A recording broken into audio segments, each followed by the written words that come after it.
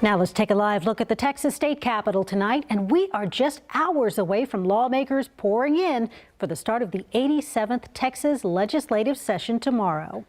KVUE's Luis De Leon joins us now live near the Capitol tonight. And Luis, security, it's going to be a big priority, especially after what happened in D.C. last week.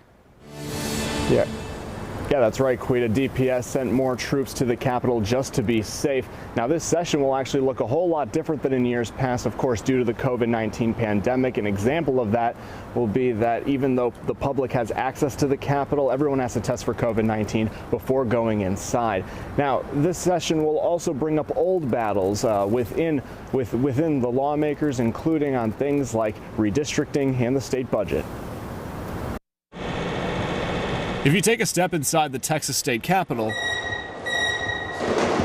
going through security is routine. But that security is stepping up after the FBI issued a nationwide warning after last week's riots in Washington, D.C., saying armed protests are planned at state capitals in all 50 states. As for the 87th Texas legislative session itself, it'll look different thanks to the pandemic. A tent is set up outside for COVID testing, signs for mask requirements, and plexiglass dividers in the chambers. Some lawmakers saying they'll skip opening day, calling it a super spreader event.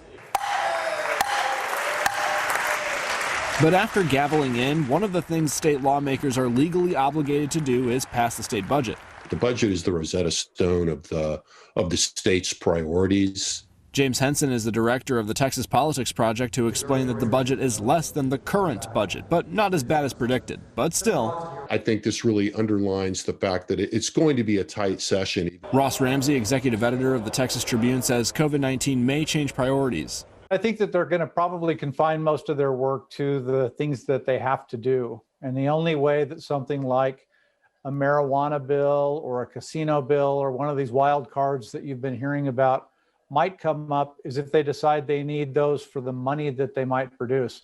I don't really think that's going to happen. In an issue sure to take up time at the Capitol, redistricting. Thanks to the 2020 census, lawmakers need to divide up the state into new districts based on population into congressional and legislative boundaries. The federal government and the Census Bureau is already late delivering the results of the census.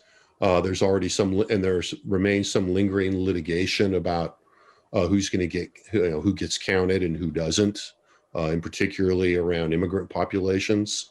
And Governor Greg Abbott has also said he intends to take on the city of Austin after its decision to reduce the Austin Police Department's budget. Last year, he vowed to pass a law that would defund cities that defund police.